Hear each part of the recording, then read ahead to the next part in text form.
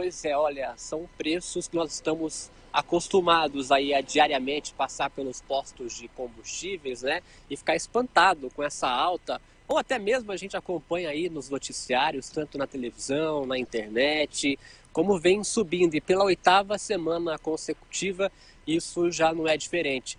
Por isso, hoje nós estamos aqui para falar com o professor Tiago Hernandes. Ele que vai explicar melhor para a gente como é que está, né, esse aumento desse preço de combustíveis e por que esses valores estão subindo tanto assim. Muito bom dia, professor. Olá, Matheus, bom dia. Jerônimo, bom dia. Todos aqueles que acompanham o Hora da Notícia. Bom, como é do conhecimento de todos, né, nós estamos aí na oitava alta consecutiva do preço dos combustíveis, né? Mas tão importante quanto saber o preço é saber o porquê que os combustíveis estão chegando a esses patamares, né? Que muitas vezes inviabilizam ou começam já a inviabilizar várias atividades. Bom, a primeira coisa que nós temos que entender é que o petróleo, que é a matéria-prima para o diesel, a gasolina, a querosene de aviação e também um combustível essencial para a produção de biocombustíveis, como o etanol, por exemplo, né? Na movimentação de máquinas e caminhões, é uma commodity cotada em dólar. Commodity é toda e qualquer mercadoria na condição de matéria-prima, certo? E o Brasil, mesmo sendo um grande produtor de petróleo e exportador de petróleo, há alguns anos, a Petrobras, que é a estatal de capital misto, que atua mais intensamente no processo de prospecção e refino de petróleo no país, adotou o quê? A paridade do mercado internacional. Ou seja, independente se o petróleo é produzido ou não aqui dentro, o preço internamente segue a tendência internacional. E nós estamos vivendo um momento de aumento da demanda do petróleo. Lei de mercado, por consequência, o preço sobe. Um outro detalhe é que como o petróleo ele é cotado em dólar e nesse atual momento o real ele está numa condição muito desfavorável, muito desvalorizado em relação ao dólar, então toda vez que o dólar se valoriza em relação ao real, nós temos ainda o quê? Uma pressão maior sobre o preço, que é exatamente o que está acontecendo aqui, tá? Além disso, nós temos uma carga tributária, tanto em nível federal, como também em nível estadual, que pesa demasiadamente na composição dos custos, certo? Na composição dos preços praticados, né?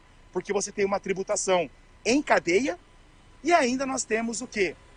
O fato de que num país com as dimensões continentais como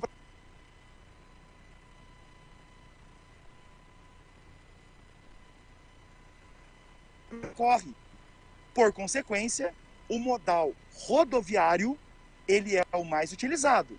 Porém, ele é o mais caro, ele é o mais poluente.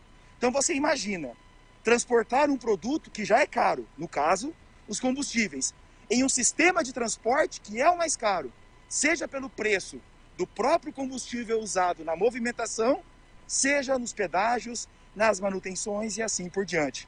Então, o resultado dessa somatória, né, de fatos acaba trazendo essa realidade que vem pesando muito no orçamento de muitas famílias, inclusive a minha. Isso envolve também essa questão, como o senhor disse, né, global, internacional, mas tem também a parte política, né? São dois caminhos aí, né? Então, Matheus, uma coisa que vem muito me preocupando, né, não é de hoje, eu sempre comento isso em sala de aula.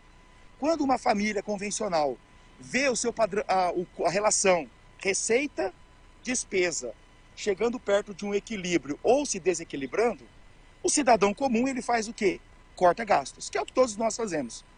Entretanto, no Estado brasileiro, e isso não é um privilégio do governo A, B, C, D ou E, partido A, B, C, D ou E, o mérito não é esse, mas o que nós vemos historicamente? Ao invés do Estado gerir melhor os seus recursos, ao invés de enxugar gastos considerados não prioritários, não necessitados, o que nós vemos? Aumento de carga tributária. Vamos aumentar a arrecadação. Então, será que nesse momento que nós estamos atravessando, né, de crise econômica, de recessão, aumento da pobreza, do desemprego, será que não seria interessante as estruturas públicas rever os seus gastos, reorganizar os seus orçamentos e assim diminuir cargas tributárias para a economia voltar a movimentar, para as coisas se tornarem mais acessíveis?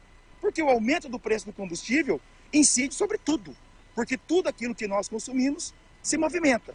E para se movimentar, precisa de combustível. E quem sempre sai pagando caro aí é o cidadão, né? Professor, tem alguma expectativa, né? A gente pode dizer que isso deve continuar aí por um longo tempo ainda? Matheus, eu falo que o Brasil é um país para poucos e um país para heróis. E um país imprevisível. Você prever o que vai acontecer amanhã no Brasil seria mais ou menos... Como é que chama? Astrologia, vamos dizer assim.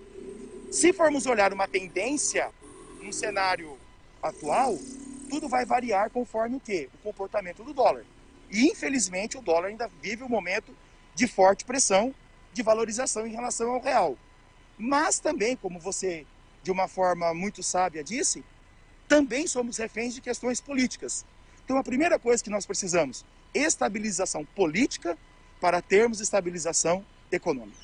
Tá certo, professor. Olha, Jerônimo, um detalhe, né, é que o professor Tiago Hernandes tem um canal no YouTube, né, o Geo Explica, isso.